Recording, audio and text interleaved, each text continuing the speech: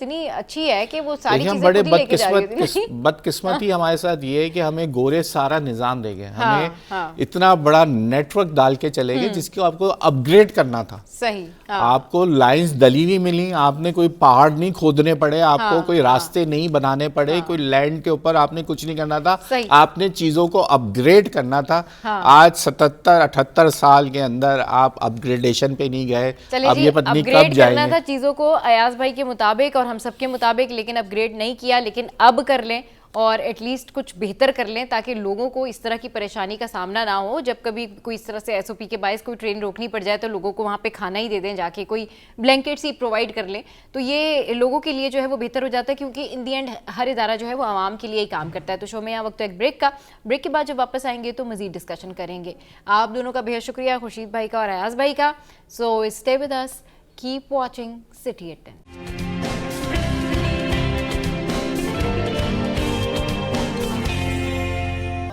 سبحان اللہ, کتنی خوبصورت نعت جو ہے یہ سید صالح جلانی نے پڑھی ہے, اور یہ ایک بڑے پیارے سے چھوٹے سے بچے ہیں, ان کو میں شو میں ویلکم کہوں گی.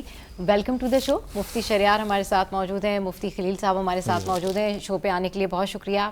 آج کا دن مبارک دن 13 رجب, آج کے دن کے حوالے سے مفتی شہریار صاحب میں چاہوں گی کہ آپ کچھ ہمیں بتائیں.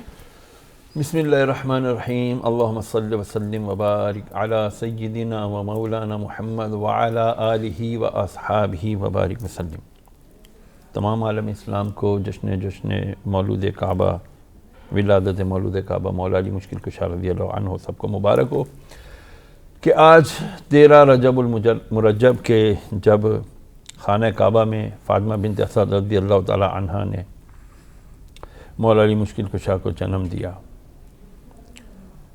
میرے آقا صلی اللہ تعالی علیہ وسلم نے ارشاد فرمایا کہ علی سے بغض صرف وہی رکھتا ہے جو منافق ہوتا ہے, اور علی سے محبت یہ ہمارے ایمانوں کا ایک پیمانہ ہے. اور اگر جس کو علی سے محبت نہیں ہے تو سمجھ لو کہ اس کا ایمان کامل نہیں ہے, کیونکہ میرے نبی علیہ السلام نے ارشاد فرما دیا کہ جس کا میں مولا ہوں علی اس کا مولا ہے. اب ہمیں علی سے محبت ہے. ایک حدیث جو بڑی مشہور ہے اور ہم اکثر سنتے بھی رہتے ہیں, کچھ تبدل تغیر کے ساتھ, لیکن جو اصل حقیقت ہے حدیث ہے وہ یوں ہے, مفہوم ہے کہ میں تمہیں اپنے بعد 2 چیزیں چھوڑے جا رہا ہوں. ایک کتاب اللہ, اللہ کی کتاب قرآن مجید, اور دوسرا میری اطرت, میری اہل بیت آل رسول صلی اللہ علیہ وسلم. ان کو پکڑے رہو گے, تھامے رہو گے تو انشاءاللہ ہدایت پر رہو گے. کسی ایک کو بھی چھوڑو گے تو گمراہ ہو جاؤ گے. تھوڑی سی غور کرنے کی بات ہے کہ اگر ہم نے قرآن کو پکڑا ہے اور اہل بیت کو چھوڑ دیا ہے تو ہم گمراہ ہیں. جنہوں نے خالی اہل بیت کو پکڑا ہے, قرآن کو چھوڑ دیا, وہ بھی گمراہ ہیں. یہ لازم و ملزوم ہے. یہ ہو نہیں سکتا کہ اہل بیت قرآن سے علیحدہ ہو جائیں, ہو ہی نہیں سکتا. اب آتی ہے بات, ہمارا جو پاکستان کا جو سب سے بڑا اعزاز ہے, فوجی اعزاز جو شہادت کے بعد ملتا ہے, اس کا نام کیا ہے؟ نشان حیدر. حیدر کس کا نام ہے؟ اس شجاعت, اس بہادری کے پیکر کا نام ہے جس کا نام علی ہے. اچھا جی, ہم بڑی محبت کرتے ہیں, علی سے محبت کرتے ہیں, حسنین کریمین سے محبت کرتے ہیں, لیکن دیکھا یہ جائے گا کہ کیا ہم اپنی محبت میں سچے ہیں؟ ہمیں نبی سے محبت ہے صلی اللہ علیہ وسلم. علی نے کہا کہ میں تو آغوش نبی میں ہی میری ساری پرورش ہوئی ہے. میں تو ایسا تھا جیسے اونٹنی کے ساتھ اس کا بچہ نہیں کھیلتا ہے اس کی ٹانگوں میں, کبھی نیچے سے, کبھی ادھر سے, کبھی ادھر سے. فرمایا میں نے تو سارا زندگی نبی کے ساتھ گزری, اسی طرح جیسے اونٹنی کا بچہ اونٹنی کے ساتھ ہوتا ہے, میں اس طرح. علی نے ثابت کیا, بعد میں علی کی اولاد نے ثابت کیا کہ ہاں وہ واقعی نبی سے محبت کرتے تھے. اب نبی کی زندگی کیا ہے؟ نبی کی زندگی ہے امر بالمعروف و نہی عن المنکر. نبی کی زندگی کیا ہے؟ جہاد. نبی کی زندگی کیا ہے؟ حسن اخلاق. نبی کی زندگی کیا ہے؟ لوگوں کے ساتھ عدل, انصاف, شجاعت, بہادری, علم, فہم, فراست, سب کچھ نبی. سب کچھ کون دے رہا ہے ہمیں؟ علی دے رہے ہیں. علی کی آل اولاد دے رہی ہے, سیدہ کائنات کی آل اولاد دے رہی ہے. اب ہمارا کیا فرض بنتا ہے؟ مولا علی شیر خدا, نعرہ حیدری یا علی. حسینیت زندہ باد، ہم کربلا والے.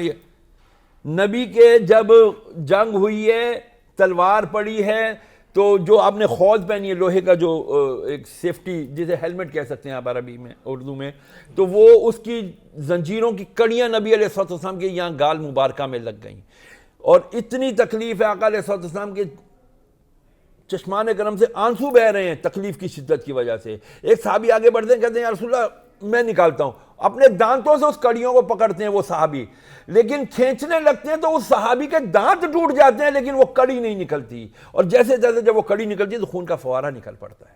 سرکار علیہ السلام 2 دندان مبارکہ شہید ہو جاتے ہیں. ہم آج علی کے محبت اور نبی سے محبت کرنے والے ہیں، یہ حصہ کہاں ہے ہماری لائف میں؟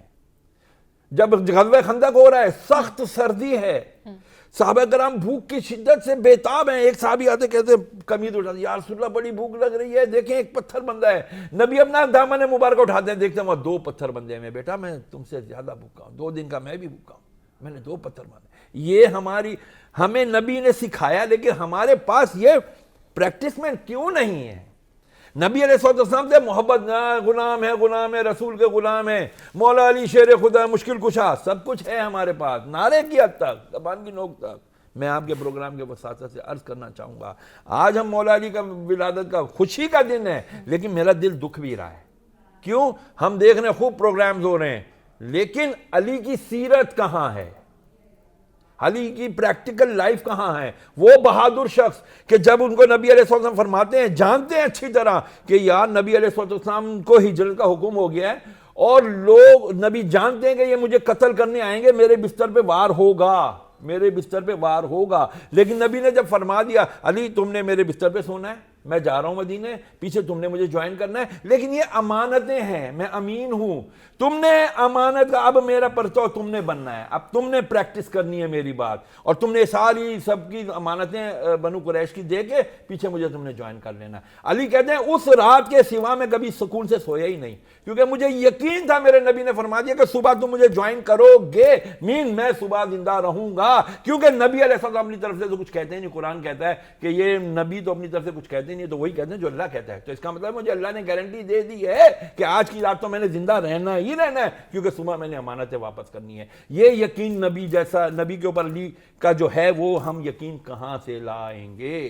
وہ ہمارے پاس اس وقت تک نہیں آئے گا کہ جب تک ہم علی کو اسٹڈی نہیں کریں گے، پڑھیں گے نہیں. ہماری بدقسمتی کہ ہمارے نصاب سے آج یہ اہل بیت کا چیپٹرز نکل چکے ہیں.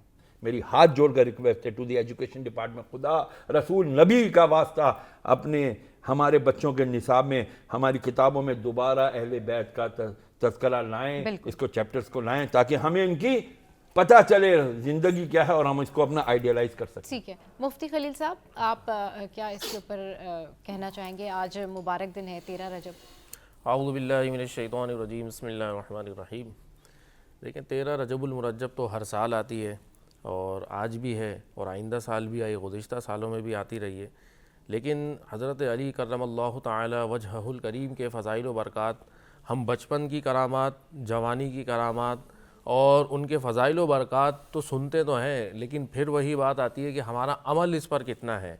صرف مولا علی مشکل کشا رضی اللہ تعالیٰ عنہ کے نام کی فاتحہ نیاز خوانی کرا لینا، یا اپنا الو سیدھا کر لینا، یا اپنے معاملات درست کر لینا، یا ان کے نام کا ڈونیشن چندہ جمع کر کے باکس بھر لینا، یہ سیرت و صورت نہیں ہے.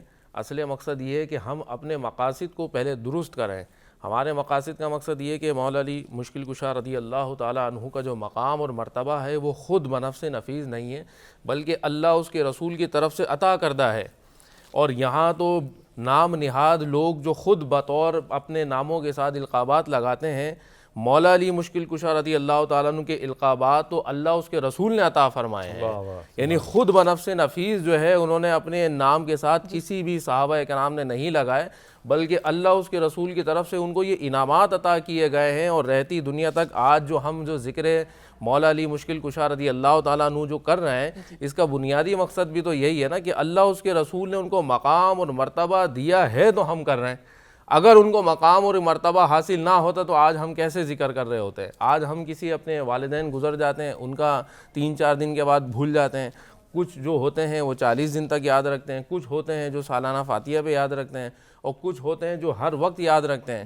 لیکن اکثریت ہم یہ دیکھتے ہیں کہ ایک وقت آتا ہے کہ ہم اپنے مرحومین کو بھول جاتے ہیں. لیکن بنیادی مقصد یہ ہے کہ مولا علی مشکل کشا رضی اللہ تعالیٰ عنہ کے فضائل و برکات اور بالخصوص مولود کعبہ رضی اللہ تعالیٰ عنہ کا جو مقصد ہے وہ یہ ہے کہ دیکھیں ایک تو ایک عام بچی کی ولادت ہوتی ہے، اور یہ وہ خاص بچہ ہے کہ جس کی ولادت سے دیکھیں مولود کعبہ کو نسبت دی جا رہی ہے. یعنی کتنی اہمیت کی بات ہے، ذرا سمجھیں اس بات کو کہ وہ ولادت کے جو مولود کعبہ میں ہوئی ہو اس کا مقام اور مرتبہ کیا ہو کہ وہاں پر اگر کوئی چکر بھی کاٹ لے تو طواف کعبہ کا نام دے دیا جاتا ہے. اگر وہاں کوئی 7 چکر لگانے کے بعد صفا اور مروہ کے چکر لگانے کے بعد عمرے کی ادائیگی ہو جاتی ہے، تو ایسے مقام اور مرتبہ حاصل ہو کہ جہاں ولادت باسعادت ہوئی ہو تو اس شخصیت کا کتنا بڑا مقام و مرتبہ ہوگا. بالکل ٹھیک کہہ رہے ہیں آپ. ہمارے ساتھ جو ہیں یہ چھوٹے سے سولے بھی موجود ہیں. سولے، میں چاہوں گی کہ آپ منقبت جو ہے وہ ہمیں سنائیں.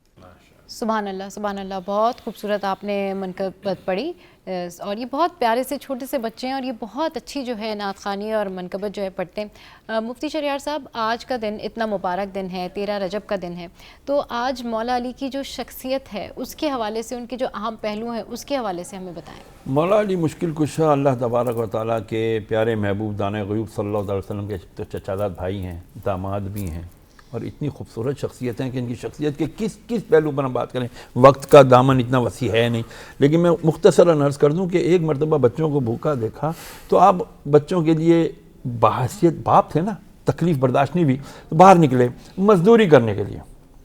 کتنی بڑی شخصیت ہیں، کائنات کے امام صلی اللہ علیہ وسلم کے داماد ہیں، نواسے رسول جو جنت کے نوجوانوں کے سردار، جنت کے مالک ہیں. تو بہرحال جی جاتے ہیں ایک جگہ، ایک خاتون بیٹھی ہیں، اس کے ساتھ کہتے ہیں، معاہدہ کرتے ہیں، جی میں تمہارے لیے کچھ مزدوری کرتا ہوں، تمہارے لیے ڈول پانی کی نکالتا ہوں، تو تم مجھے کیا دو گی؟ اس نے کہا جی میں تمہیں ہر ڈول کے بدلے میں ایک کھجور دوں گی. یہاں تک کہ ڈول نکالتے آپ کے ہاتھوں میں وہ رسی موٹی کھردری تھی، تو وہ کنویں سے کھینچتے آپ کے ہاتھوں میں چھالے پڑ گئے. جب 16 ڈول ہو گئے تو وہ چھالے بھی پھٹنے لگے. تو آپ نے کہا بی بی میں اب اس سے زیادہ نہیں کر سکتا، ہاتھ دھوئے آئے. اس نے آپ کو گن کے 16 کھجوریں دی جو وہ لے کر کے اپنے گھر پہ آئے اپنے بچوں کے لیے. اس واقعے نے کیا بتایا آج کے نوجوان کو جو شارٹ کٹ مار رہا ہے، اور جی میں گھر پہ بیٹھ کے بس اس ایپ سے اتنے کما لوں، اس ایپ سے اتنے کما لوں، اس ایپ سے اتنے کما لوں، گیمز کھیل لوں، یہ دیکھ لوں، وہ نہیں. محنت کرو، محنت میں عظمت ہے. کائنات کے ولیوں کے سردار نے محنت کر کے بتا دیا کہ دیکھو جی محنت کرنے میں شرم نہیں کرنی. القاسم حبیب اللہ، نبی نے فرمایا محنت کر کے کمانے والا اللہ کا دوست ہے. تو ہمیں یہ درس تو آپ کی زندگی سے ملتا ہے کہ ہمیں اپنی لائف میں سے سستی، کاہلی، ہڈ حرامی یہ سب نکالنا پڑے گا، اور باہر نکل کے پریکٹیکل لائف میں آ کر کے اپنے لیے حلال رزق کمانا پڑے گا کہ اسی میں برکت ہے اور اسی میں ہماری نجات ہے. بالکل. مفتی خلیل صاحب.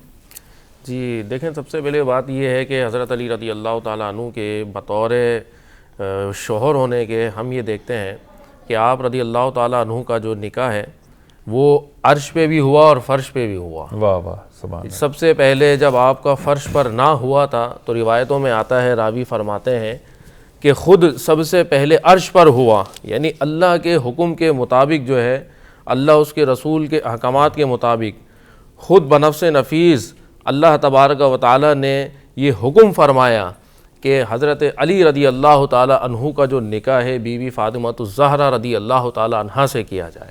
اور یہاں ہمیں روایتوں میں راوی یہ بھی کہتے ہیں کہ جبریل امین رضی اللہ تعالی عنہ حاضر خدمت ہوتے ہیں اور آپ علیہ الصلوۃ والسلام کی خدمت میں یہ گزارش کرتے ہیں کہ اللہ تبارک و تعالی نے آپ پر سلام پیش کیا ہے، اور پھر کچھ عرض گزار ہوتے ہیں کہ یا مصطفیٰ صلی اللہ علیہ وسلم کہ اللہ تبارک و تعالی نے ایک حکم نازل فرمایا ہے، اور وہ یہ ہے کہ حضرت علی رضی اللہ تعالی عنہ کا جو نکاح ہے وہ بی بی فاطمۃ الزہرا رضی اللہ تعالی عنہا کے ساتھ عرش پر کر دیا گیا ہے، اب آپ فرش پر فرما دیجیے. تو آپ یہ دیکھیں، پھر خود نبی کریم صلی اللہ علیہ وسلم نے یہ پوچھا کہ ہمیں تو پتہ ہی نہیں چلا، اور خاص کر بی بی فاطمۃ الزہرا کو کیسے معلوم ہوا، ان کا ولی کون بنا؟ یعنی ولی کا ہونا بھی اور وکیل کا ہونا بھی تو ضروری ہے. جبریل امین رضی اللہ تعالیٰ عنہ کیا خوب فرماتے ہیں کہ بی بی فاطمۃ الزہرا رضی اللہ تعالیٰ عنہا کے نکاح کے ولی خود رب کائنات بنے ہیں. سبحان اللہ. اور اس کا پھر آپ نے فرمایا خطبہ کس نے پڑھا؟ تو آپ رضی اللہ تعالیٰ عنہ نے فرمایا کہ اس کا خطبہ خود بنفس نفیس میں نے پڑھا۔ تو آپ یہ دیکھیں یہ وہ نکاح ہے کہ جس کی فضیلت اور اہمیت جو ہے عرش پر ہوئی، پہلے عرش پہ ہوئی، بعد میں فرش پر ہوئی۔ تو آپ یہ دیکھیں کہ آپ رضی اللہ تعالیٰ عنہ بنفس نفیس خود ایک شوہر ہونے کے ناطے آپ یہ دیکھیں کہ آپ رضی اللہ تعالیٰ عنہ جو ہے باغ میں بھی آپ نے بہت مرتبہ جو ہے وہ مزدوری ارشاد فرمائی اور محنت مشقت کے بڑے کام آپ نے فرمائے۔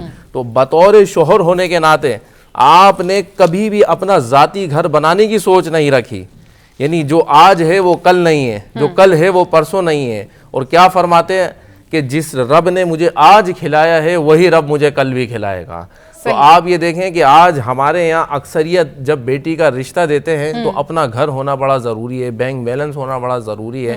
اور آپ یہ دیکھیں کہ اس وقت کے رشتے کیسے ہوتے تھے اور آج کے رشتے کیوں نہیں چل رہے ہیں، ہمیں یہ بھی معلوم ہوتا ہے کہ وہ حضرت علی کرم اللہ تعالی وجہہ الکریم کے دنیا کائنات اور ساری جنت کی کنجیاں اور خزانے ان کے ہاتھ میں ہیں، لیکن سوچ آپ یہ دیکھیں کہ اپنا گھر بھی ذاتی طور پہ نہیں بناتے ہیں، اللہ پر توکل رکھتے ہیں۔ اگر آج بھی ہم اللہ پر توکل کریں تو ہمارے گھر کے رشتے بھی انشاءاللہ ضرور چلتے رہیں گے۔ توکل رکھیں تو ہمارے سارے مسائل جو ہیں وہ حل ہو جائیں۔ تو ہمارے شو پر سید صالح، مفتی شہریار اور مفتی خلیل صاحب جو ہیں وہ موجود تھے، اور شو میں یہاں وقت ہوا ایک بریک کا۔ بریک کے بعد جو ہے گفتگو کا سلسلہ جاری رہے گا، ہمارے ساتھ رہیے۔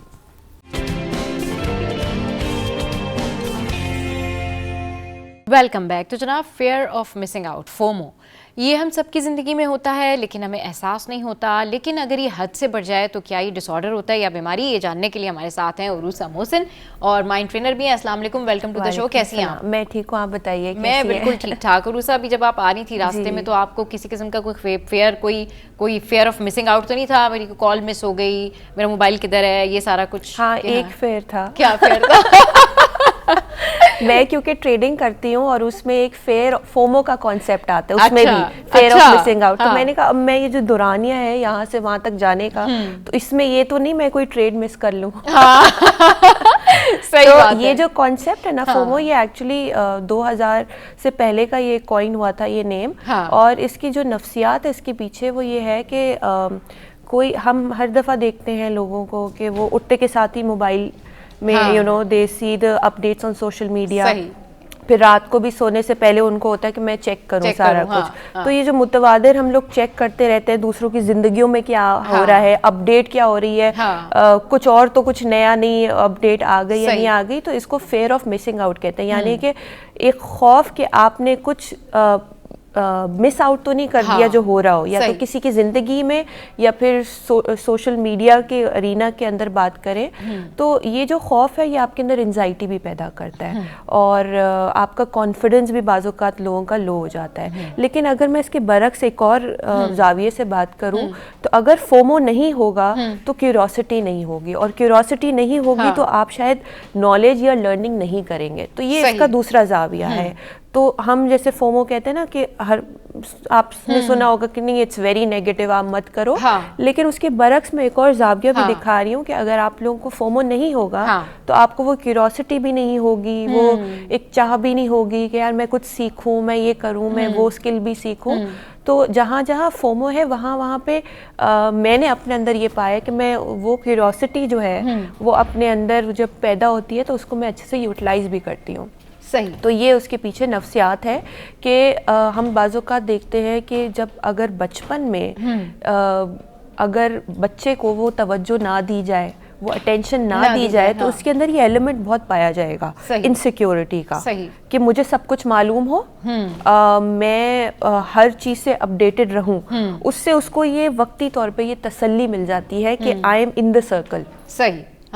لیکن عروسہ سم ٹائمز اگر ہم اس فومو کی بات کریں، یعنی کہ کسی چیز کے کھو جانے کا ڈر، کچھ لوگ اتنا زیادہ اس چیز کو حاوی کر لیتے ہیں اپنے اوپر کہ ان کی لائف نا بس اسی کی اسٹرگل اور اسی کو پانے کے لیے گزر جاتی ہے. مطلب چاہے وہ چیز وہ حاصل کر لیں, وہ چیز ان کے پاس ہو یا وہ چیز ان کے پاس نہ ہو, بٹ اگر ان کو کسی چیز کی فکر لاحق ہو جائے نا, مطلب اگر وہ کسی خوف میں مبتلا ہو جائیں, اس کے بعد آپ دیکھیں کہ وہ بس ان کی زندگی کا وہی مشن ہے. مطلب اگر مجھے یہ تھوڑی سی فکر ہو جائے کہ جی میری کالز مس ہو گئی ہیں, تو میں ہر 2 منٹ کے بعد جو ہے نا وہ اپنا موبائل چیک کروں گی.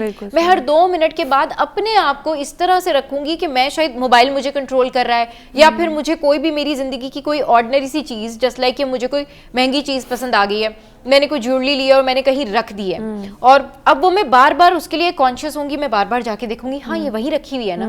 مطلب سم ٹائمز آپ کا جو خوف ہے وہی آپ کا جو ہے نا مشن بن جاتا ہے زندگی کا, اور اس چکر میں آپ بہت ساری اچھی چیزیں کھو لیتے ہیں. بالکل, اس میں جو کمی نظر آ رہی ہے نا وہ ہے to stay in the present moment. ہاں, مطلب ہم اس چیز کے لیے خوف زدہ ہیں کہ کوئی چیز رہ نہ جائے, کوئی چیز مس آؤٹ نہ ہو جائے, تو ہم اس کا یہ مطلب ہوا ہم ابھی اس مومنٹ میں پریزنٹ ہی نہیں ہے.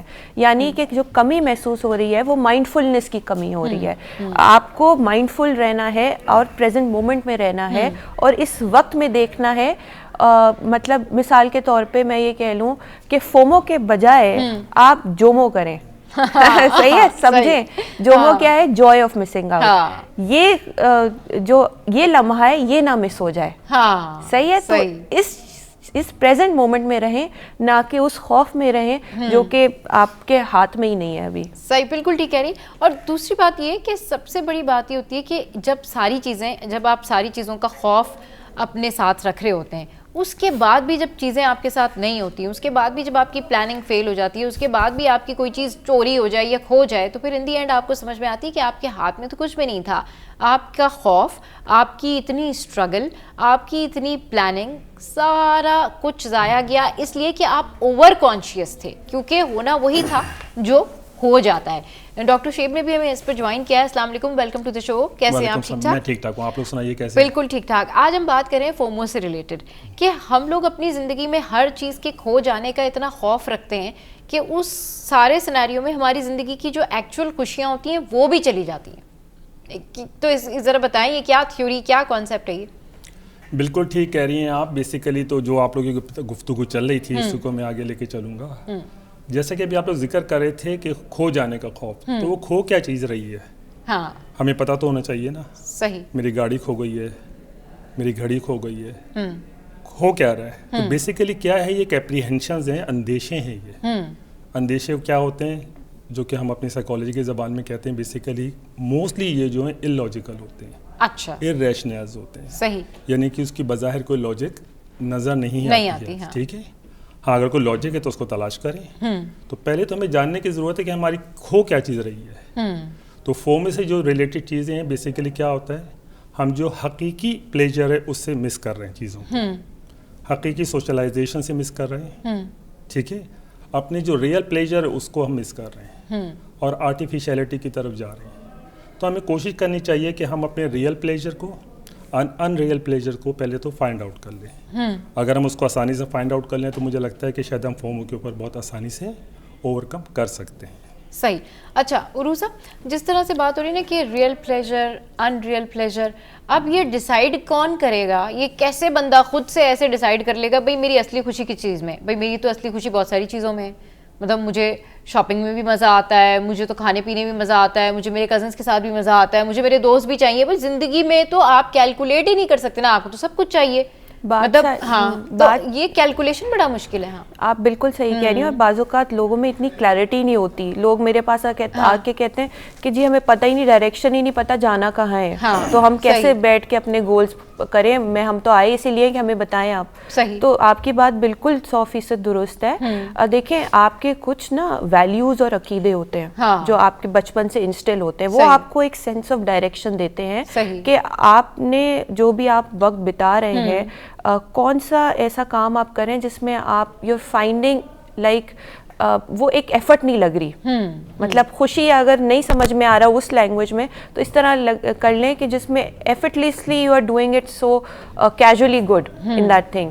تو بعض اوقات لوگ پینٹنگ بعض اوقات لوگ گارڈننگ, بعض اوقات لوگ نیٹورکنگ میں بہت اچھے ہوتے ہیں, یعنی کہ سوشلی کنیکٹ بہت اچھے سے کرتے ہیں دوسرے. بات ساری یہ ہے, اگر ہم اپنے ٹاپک سے ہی کنیکٹ کریں, آپ اپنے اندر جھانکیں, آپ کے کیا عقیدے, آپ کے کیا ویلیوز ہیں, آپ کو کیا چیز پسند ہے کرنے کے لیے, اور پھر اپنے اندر جھانک کے ان چیزوں پہ غور کریں بجائے اس کے ایکسٹرنل فیکٹرز پہ جس پہ آپ کا کوئی قابو ہی نہیں ہے. See you don't have control, right.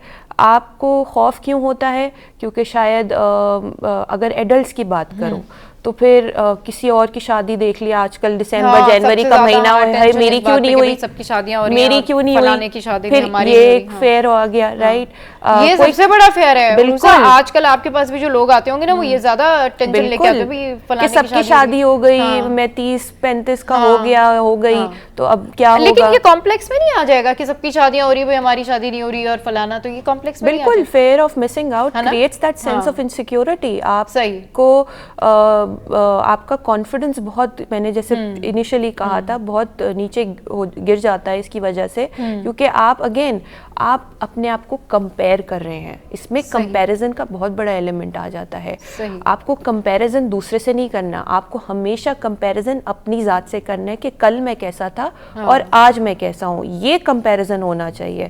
جب بھی میں باہر دیکھوں گا یا دیکھوں گی تو وہ ایک ایلیمنٹ آف کمپیریزن آ جائے گا اور آٹومیٹکلی میرے اندر یا آپ کے اندر وہ سینس آف انسیکیورٹی آ جائے گی. سینس آف انسیکیورٹی آ جائے گی. And one thing is most important thing کہ آپ کے پاس جو ہے, اگر آپ اس میں صبر شکر میں راضی ہیں تو یقین کریں دنیا کی کوئی بھی فیسنیشن, دنیا کی کوئی بھی چیز نہ آپ کو انہیپی نہیں کرے گی, اس سینس میں کہ آپ نے کسی کی شادی دیکھ لی تو اب آپ کو ٹینشن ہو رہی ہے, بھائی میری تو شادی نہیں ہوئی بھی. مطلب اب آپ کو ساری دنیا کے کمپلیکسز جب ہوتے ہیں جب آپ اپنے پاس جو چیزیں موجود ہیں ان سے خوش نہیں ہیں, آپ شکر گزار نہیں ہیں. تو جو ڈاکٹر شعیب بات کر رہے تھے نا کہ بھائی اس میں بہت ساری ریزنز جو ہے اللاجیکل ہوتی ہیں, اس کو آپ یہاں سے کنیکٹ کر سکتے ہیں کہ جب آپ شکر گزار ہی نہیں ہوں گے کسی بھی چیز کے لیے تو آپ اللاجیکل ہوں گے. جب آپ اللاجیکل ہوں گے تو پھر آپ انجسٹس کی طرف چلے جائیں گے, پھر آپ سے کسی چیز میں انصاف نہیں ہوگا. جب انصاف نہیں ہوگا آپ کی پرسنالٹی شیک کرے گی. تو کمپلیکس پلس دیگر چیزیں مل کے نا آپ کو پتہ نہیں پھر کیا بنا دیتی ہیں. سوسائٹی میں نا آپ الگ سے لگ رہے ہوتے ہیں کہ بھائی یہ تو بڑی عجیب سی پرسنالٹی آ گئی, یہ کون ہے. جی ڈاکٹر شعیب. بہت اچھی باتیں چل رہی ہیں اور عروسہ نے بہت امپورٹنٹ بات کی تھی. بیسیکلی جو یہ ہمارا لفظ ہے فومو کے پیچھے جو کمپٹیشن ہے نا, یہ ہمیں بہت تنگ کرتا رہتا ہے. صحیح. جیسا کہ اپنی بات کی تھی کہ پلیجر ان پلیجر, تو اس کے پیچھے لاجیکل اور ان لاجیکل. تو جب بھی کوئی شخص اس چیز کا شکار ہوتا ہے تو اس کو پتہ ہونا چاہیے کہ اس کے ان لاجیکل تھاٹس کیا ہیں. صحیح. موسٹلی ہم یہ کہتے ہیں کہ جو ان لاجیکل تھاٹ ہوتے ہیں وہ شوڈ اور مسٹ پہ کمپرائز کرتے ہیں. صحیح. ٹھیک ہے نا. جیسے کہ میں کہوں کہ ہی شوڈ ریسپیکٹ می, ٹھیک ہے نا, I should have such kind of car, صحیح, I must have such kind of socialization. صحیح. تو یہ جو مسٹ ہے نا انسان کو تنگ کرتا رہتا ہے. اور جو آپ نے کہا تھا ابھی سوال پوچھا تھا سیٹسفیکشن کہاں سے آئے گی, تو اس کی جو سب سے اہم چیز ہے وہ ہے satisfaction and well being. Right. وہ اس کو سکھاتی ہے مورل ویلیوز. صحیح. اور اللہ تعالیٰ نے ہر شخص کو ایک لاجیکل برین دیا ہوا ہے, ایک ایموشنل برین دیا ہوا ہے. صحیح. تو موسٹلی کیا ہوتا ہے کہ بعض اوقات ہم اپنے لوگ ایموشنل برین کا استعمال زیادہ کر لیتے ہیں, لاجیکل برین کا استعمال کم کرتے ہیں. جیسے کہ ابھی آپ نے بھی ذکر کیا گریٹیٹیوڈ کی بات کی, تو ہر چیز میں ہمیں گریٹیٹیوڈ کا استعمال کرنا چاہیے, شکر گزاری کا لفظ استعمال کرنا چاہیے, ملٹیپل دفعہ کرنا چاہیے, دن کے اندر 10 دفعہ کرنا چاہیے. جو میرے پاس ہے میں اس سے خوش ہونا چاہیے, بہتر کی کوشش کرتے رہنا چاہیے. اللہ تعالیٰ نے سب کو حق دیا ہے تو میں بہتر کے لیے کوشش کرتا رہوں. جیسے کہ روسا نے بھی ایک ذکر بھی کیا تھا, جیسے کچھ لوگوں کو ہم یہ کہتے ہیں ایک پینٹنگ کے ذریعے سیٹسفیکشن حاصل کی جا سکتی ہے. تو بیسیکلی کیا ہے self actualization, what you are, how you think and how you behave. یہ 3 چیزیں بڑی امپورٹنٹ ہیں. اگر آپ اچھا سوچیں گے تو اچھا فیل کریں گے, اچھا فیل کریں گے, اور اچھا فیل کریں گے تو اچھا بیہیو کریں گے. اچھا بیہیو کریں گے. عروسہ یہ کتنا ضروری ہے اور یہ اتنا مشکل کیوں ہے اچھا سوچنا؟ مطلب ٹھیک ٹھاک کوئی بھی شخص ہوتا ہے تو وہ کیوں اپنے بارے میں خود اتنا برا ازیوم کرتا ہے جسٹ ٹو سی ادرس کہ بھائی فلاں یہ کر رہا ہے, فلاں یہ کر رہا ہے, فلاں یہ کر رہا ہے. میرے خیال میں اس سے بڑی کوئی شاید پرابلم انسان کی خود کی ہو ہی نہیں سکتی. شاید اس کی وجہ یہ ہے انفارچونیٹلی کہ ہمارے اندر جو بچپن سے جو پروگرامنگ ہوئی ہوئی ہے نا, آپ یہی ریسرچ اٹھا لیں کہ ایک انسان 60 سے 70 ہزار سوچیں سوچتا ہے ایک دن میں, ان میں سے 90% سوچیں منفی ہوتی ہیں. Exactly right.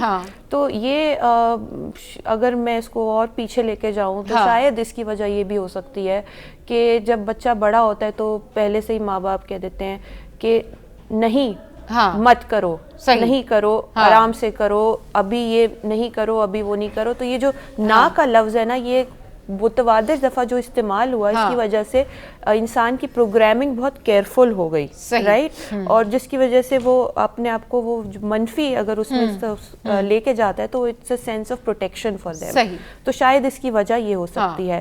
Per yes, it's very important کہ آپ جو ہیں وہ اگر منفی سوچتے ہیں تو تھوڑا سا پاز اور بریک لیجئے وہاں پہ, اور اسٹیپ بیک کیجئے اس سچویشن سے, اور یہ سوچئے کہ اس سچویشن میں کیا ایسا اچھی چیز میں نکال سکتا ہوں, کیا اچھی زاویے سے میں دیکھ سکتا ہوں, کیا کس زاویے سے میں دیکھ سکتا ہوں جس سے میں اس کو اچھی طریقے سے تول سکتا ہوں. صحیح. آپ ڈاکٹر شعیب کنکلوڈ کیجیے گا کہ ٹائم جو ہے وہ بہت کم ہے. جو پروگرامنگ کی بات کی ہے, جو ارلی چائلڈہڈ ہے وہیں پہ ہماری پروگرامنگ کر دی جاتی ہے.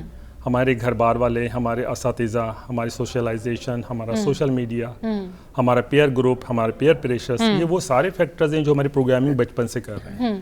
لیکن بچپن سے اگر ہمیں صحیح اور غلط کے بارے میں تفریق سکھا دی جائے تو وہ جو ہماری پازیٹیو تھنکنگ کا پیٹرن ہے وہ ہم ڈیولپ کر سکتے ہیں. تو ایک اور بات اس میں ایڈ کرتے جاؤں کہ ہماری زندگیوں میں جب بھی کسی سچویشن کے متعلق, کسی ایکشن کے متعلق جو پہلا تھاٹ آتا ہے, ہم اس کو لیڈ نہ کریں, ہم کوشش کریں کہ اس کے آلٹرنیٹیو میکینزم کی طرف جانے کی کوشش کریں, اور آلٹرنیٹیو تھاٹ جو ہے وہ پازیٹیو تھاٹس کو ہمیں تلاش کرنے میں مدد دیتا ہے. ٹھیک ہے, بہت شکریہ ڈاکٹر شعیب اور عروسہ ہمارے شو پر آئے, اور آج ہم نے آپ کو یہ بتانے کی کوشش کی کہ بھئی آپ اپنی متوازن زندگی کیسے گزار سکتے ہیں, اور یہ جو فضول کے جو سوچیں ہوتی ہیں اور یہ جو خوف ہوتا ہے نا آپ کی زندگی میں, یہ کھو جائے گا, وہ رہ جائے گا, وہ چلا جائے گا, احتیاط ضرور کریں لیکن حاوی نہ کریں. اس سے آپ کی زندگی جو ہے نا حاوی نہ کرنے سے بہت بہتر ہوگی, اور اسی کو کہتے ہیں فومو. تو شو سے فی الحال اتنا ہی, کل پھر آئیں گے آپ کے لیے ٹاپ اسٹوریز اور اچھے ٹاپکس لے کر.